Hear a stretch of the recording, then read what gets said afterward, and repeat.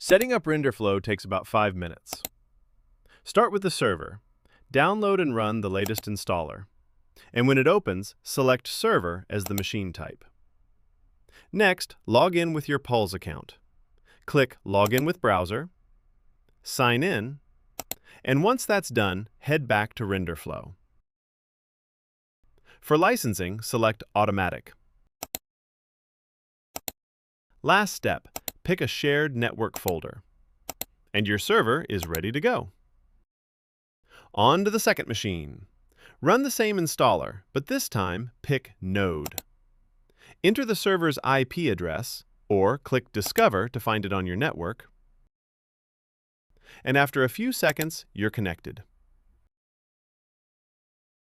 Switch back to the server and open the Nodes panel. Your new node is right there. Blue means idle and ready for work.